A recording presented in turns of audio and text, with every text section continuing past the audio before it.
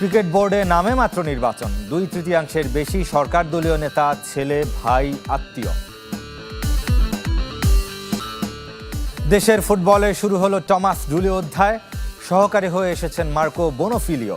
3 বছর পর জাতীয় দল। ইনজুরি আক্রান্ত ইয়ামালকে রেখেই স্পেনের বিশ্বকাপ দল। 76 বছরে প্রথম নেই রিয়াল মাদ্রিদের কোনো ফুটবলার। বিনা প্রতিদ্বন্দ্বিতা, কোথাও নামমাত্র নির্বাচন। তামিম ইকবালের নেতৃত্বে সরকার দলীয় নেতাদের ছেলে, আত্মীয় স্বজনদের নিয়ে গঠিত হচ্ছে ক্রিকেট বোর্ডের কমিটি।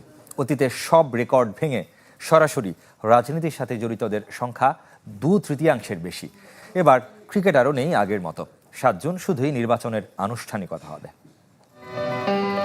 দখলের একই চিত্রনাট্য ফিরে আসে বারবার। আওয়ামী লীগের পর অন্তর্বর্তী সরকারের আমলেও দেখা গেছে সাজানো গোছানো নিয়ন্ত্রিত নির্বাচন। তবে রাজনীতির সাথে সম্পৃক্ততা থাকলেও আগে সাংগঠনিক অভিজ্ঞতা ছিল অনেকের, খেলোয়াড়দের সংখ্যাও ছিল বেশি।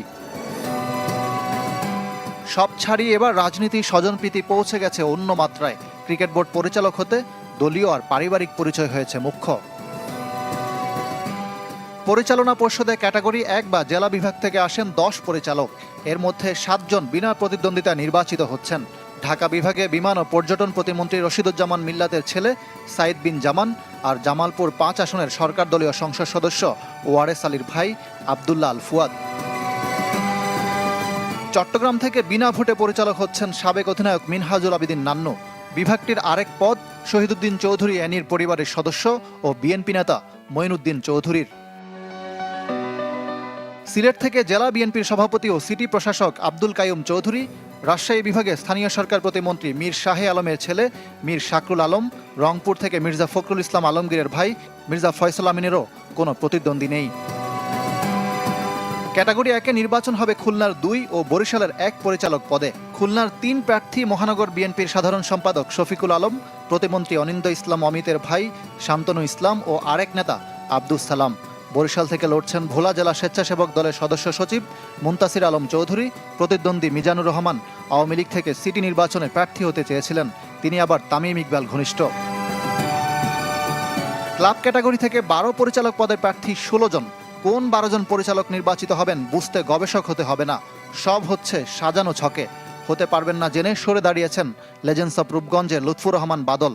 নামে মাত্র নির্বাচনে তামিম ইকবাল, ফাহিম সিনহা, রফিকুল ইসলাম বাবু, মাসুদুজ্জামান, শানিয়ান তানিমদের পরিচালক হওয়া সময়ের ব্যাপার। ক্লাব থেকেও নেতার ছেলে, ভাই ও স্বজনদের ছড়াছড়ি। ক্যাটাগরি 3 থেকে বিনা প্রতিদ্বন্দ্বিতা নির্বাচিত হচ্ছেন সিরাজউদ্দিন আলমগীর। তামিম ইকবালের ফুফা হলেও সংগঠক হিসাবে তার অভিজ্ঞতা আছে। 2 জন পরিচালক মনোনীত করবে সরকার। সব মিলে পরিচালক হতে যাওয়া 25 জনের মধ্যে 2/3 রাজনৈতিক পরিচয়ে প্রধান। অধিকাংশই সংগঠক বনে গেছেন 5 আগস্টের পর, অথচ রাজনীতিমুক্ত ক্রীড়াঙ্গনের প্রতিশ্রুতি দিয়েছিল বিএনপি। দল নিয়ে মাঠে নেমে পড়েছেন টমাস ডুলি। বাংলাদেশের নতুন কোচের শুরুটা সান মারিনো মিশনকে ঘিরে। নতুন সহকারী মার্কো বোনোফিলিও এসে গেছেন।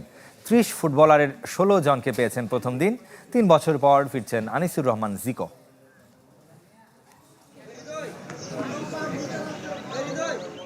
বাংলাদেশের ফুটবলের শুরু টমাস ডুলি অধ্যায়। মাঠে নতুন সহকারী মার্কো বোনোফিলিও, হাসান আল মামুন আর গোলরক্ষক কোচ নুরুজ্জামান নয়ন সহ অ্যানালিস্ট টিম সংশ্লিষ্টদের সাথে বারবার কথা বলেছেন মার্কিন কোচ। যদিও ফুটবলারদের কিংস এয়ারনায় আসতে ঘণ্টাখানিক দেরি হওয়ায় বারবার সে সুযোগ পেয়েছেন কোচেরা। টিম হোটেলে নতুন কোচের সাথে ফুটবলারদের পরিচিতি পর্ব হয়েছে, তবে মাঠে প্রথম। শুরুতেই মাঠের পরিকল্পনা শেয়ার করেছেন হেড কোচ। টমাস ডুলির পাঠশালায় ফুটবলাররা মনোযোগী শিষ্য। ডুলির অধীনে নতুন দিনের স্বপ্ন জামাল ভুঁইয়ার। এরা আগে ছিল, উনি আসলে আমাকে প্রেফার করছে না, এটা সবাই জানতো, সবাই জানে। সো আশা করি নতুন coach, new energy, new start, সব কিছু নতুন। সো এখানে আমি আমার বেস্টে দিব। 30 জনের প্রাথমিক দলে জামাল, ফাহমিদুল, মোরসালিন, ইব্রাহিম, মিতুল, শাহ কাজেমরা ক্যাম্পে যোগ দিয়েছেন। প্রথমবার ক্যাম্পে ডাক পেয়ে দলের সঙ্গী হয়েছেন মিনহাজুল করিম স্বাধীন। হামজা, সমিত, জায়ানরা সরাসরি যাবেন সান মারিনোয়। তারিক কাজী শুক্রবার ঢাকা পৌঁছাতে না পারলে তিনিও সরাসরি ইউরোপে দলের সাথে যোগ দেবেন। আর দীর্ঘ 3 বছর পর দলে ফেরা জিকো সহ বসুন্ধরা কিংস ফুটবলাররা যোগ দেবেন মঙ্গলবার। পারিবারিক কারণে দলে নেই রাকিব হোসেন। সান মারিনোয় ম্যাচের ফল ছাপিয়ে কন্ডিশনের সাথে মানিয়ে নেওয়ার চ্যালেঞ্জ দেখছেন জামাল। সাম্প্রতিক সময়ের যে কোনো ম্যাচের চেয়ে ভিন্ন অভিজ্ঞতার অপেক্ষা। এক্সপেকটেশন ইজ হাই, কারণ আমি জানি স্কোয়াড অনেক ভালো, অনেক স্ট্রং।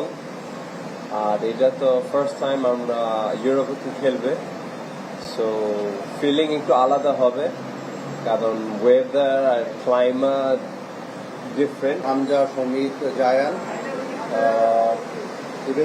আমরা ওয়ার্ক করছি এর জন্য, তারেক কাজের জন্য। তারেক কাজী 29 তারিখে আসার কথা আছে। যদি 29 তারিখে সে এখানে না হয় তো ওকে এখান থেকে আমরা কীভাবে ওখানে নিতে পারি সেটা চেষ্টায় আছি। 31 মে সান মারিনো রওনা হবে বাংলাদেশ দল। এর আগে ঈদের দিনও ঢাকায় অনুশীলনে নামতে হতে পারে জামাল, ফাহমিদুলদের। এদিকে বিশ্বকাপের আগে ইনজুরির সংখ্যায় মাঠ ছেড়েছেন লিওনেল মেসি। ফ্লোরিডার NU স্টেডিয়ামে ফিলাডেলফিয়াকে 6-4 গোলে হারিয়েছে মেসির দল ইন্টার মায়ামি। তবে এই ম্যাচ শেষে আর্জেন্টাইন তারকার ইনজুরির খবর সবচেয়ে বেশি আলোচনায় এসেছে। খেলার 70 মিনিটে ফ্রি কিক নেওয়ার পর বাঁ পায়ে অস্বস্তি অনুভব করেন মেসি। এরপর ঝুঁকি না নিয়ে ফেরেন ড্রেসিং রুমে। ম্যাচ শেষে ইন্টার মায়ামি কোচ নিশ্চিত করেছেন চোটে পড়েননি লিওনেল মেসি। বিশ্বকাপ জিতলে খেলোয়াড় প্রতি 600 মিলিয়ন ওয়ান পুরস্কারের ঘোষণা দক্ষিণ কোরিয়ান ফুটবল ফেডারেশনের। আর এশিয়ান জায়ান্ট জাপান শুরু করে দিয়েছে বিশ্বকাপ প্রস্তুতি। এদিকে মুরাল বানিয়ে গিনেস বুকে নাম লিখিয়েছে মেক্সিকো। বিশ্বকাপ উন্মোদনায় মেতেছে মেক্সিকো। রেকর্ড মুরাল বানিয়ে গিনেস বুকে নাম লিখিয়েছে এবারের আসরের সহ আয়োজক। দেশটির ফুটবল ঐতিহ্য ও সংস্কৃতি ফুটে উঠেছে 200 বর্গমিটারের চিত্রকর্মে। মেক্সিকোর সাবেক ফুটবলার ও স্থানীয়দের উপস্থিতিতে উদ্বোধন হয় এই মুরাল। মূলত স্প্রের পরিবর্তে ব্রাশ পেইন্টিং ব্যবহার করায় গিনেস বুকে জায়গা পেয়েছে এটি। ট্রফি ট্যুরের অংশ হিসেবে বিশ্বকাপ মুকুট এখন সহ আয়োজক কানাডায়। অটোয়ায় ট্রফি উৎসবে দেশটির প্রধানমন্ত্রী মার্ক কার্নির সাথে উপস্থিত ছিলেন ফিফা প্রেসিডেন্ট জিয়ানি ইনফ্যান্তিনো, ইতালির বিশ্বকাপ জয়ী ফুটবলার আলেক্সান্দ্রো নেস্তা। অনুষ্ঠানে নিজের ফুটবল দক্ষতা দেখাতে ভুলেননি মার্ক কার্নি। এরপর শিশুদের সাথে মাতেন ফুটবল নিয়ে। বিশ্বকাপ ঘিরে নিজেদের শতভাগ প্রস্তুতির কথা জানিয়েছেন কানাডিয়ান প্রধানমন্ত্রী। কানাডা এখন পুরোপুরি প্রস্তুত। এটি হতে যাচ্ছে বিশ্বকাপ ইতিহাসের সবচেয়ে বড় আসর। প্রথমবারের মতো 48 দল আর 3 আয়োজক। এমন আসরের অংশ হতে পেরে আমরা গর্বিত। টানা 8ম বিশ্ব আসরের জন্য প্রস্তুতি শুরু করেছে এশিয়ান জায়ান্ট জাপান। কিয়োদোর চিবাই প্রথমবারের মতো অনুশীলন করেছে সামুরাই ব্লুরা। দর্শকদের জন্য উন্মুক্ত ছিল ক্যাম্পের প্রথম দিন। দলের সাথে যোগ দিয়েছেন ডাচ লিগের এবারের আসরের সর্বোচ্চ গোলদাতা ফেইনুদ ফরওয়ার্ড আয়াশি ইউয়েদা। 2 জুন মেক্সিকোর মন্তেরেতে প্রি টুর্নামেন্ট ক্যাম্পের জন্য দেশ ছাড়বে জাপান। এরপর ন্যাশভিলে হবে চূড়ান্ত ক্যাম্প। 14 জুন ডালাসে নেদারল্যান্ডসের বিপক্ষে ম্যাচ দিয়ে শুরু হবে জাপানের বিশ্বকাপ মিশন। এদিকে বিশ্বকাপের আগে ফুটবলারদের জন্য রেকর্ড অর্থ পুরস্কার ঘোষণা করেছে দক্ষিণ কোরিয়া ফুটবল ফেডারেশন। গ্রুপ পর্ব থেকে ফাইনাল পর্যন্ত ধাপে ধাপে বাড়বে টাকার পরিমাণ। গ্রুপ পর্ব পেরোলে মিলবে 100 মিলিয়ন ওয়ান। ফাইনাল জিতলে প্রতি খেলোয়াড় পাবে 600 মিলিয়ন টাকায়, যা প্রায় 5 কোটি।